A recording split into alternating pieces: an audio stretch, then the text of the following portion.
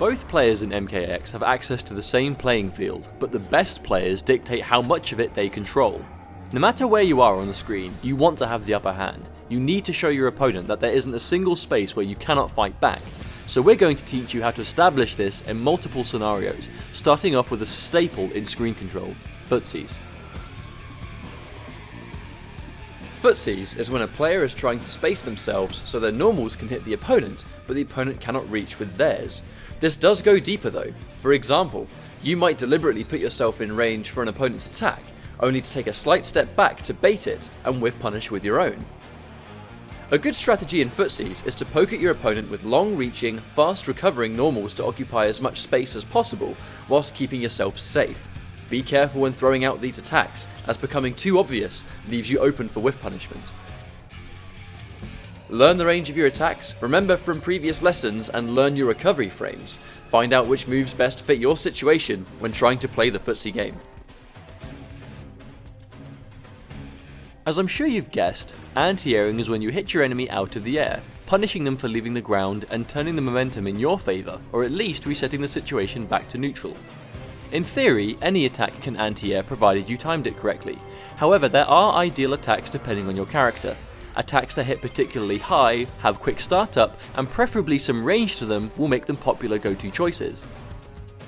A large amount of down 2s are also very reliable anti-airs due to their speed, your character staying fairly low to the ground and hitting very high into the air. The same logic here also applies to anti-cross-up, although the timing is different. You must wait for your character to turn around before attempting the anti-cross-up, as timing this too early will result in you being hit by the jumping attack for massive damage. You'll also find that a very consistent way to anti-air is to use fast armed attacks. They're safer as they have the armor and some can launch for a full combo, but they do come at the cost of 1 bar. Zoning is to deny your opponent the ability to move around the screen freely, to keep them within a certain range that is dictated by you. The most common type of zoning is using projectiles to stop your opponent running, jumping, forward dashing, or any other way an opponent may try and close in space. Using this long-range tactic stops them from being able to do this. Remember to be careful, as mindlessly throwing out projectile after projectile can be easily read, and sticking to patterns can leave you open to being jumped in on or punished should your opponent be ready for it. Zoning the opponent is not exclusive to projectiles. Sometimes long-range normals can achieve the same result, depending on your character of choice.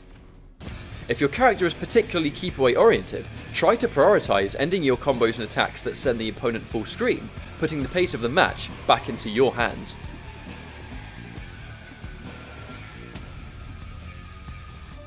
Controlling the space is one more integral tool in your arsenal. Once you have mastered this, you will find yourself having a lot more freedom to play your game, no matter where you are on the screen. This could take time to master, but like all of our lessons, it is 100% worth it.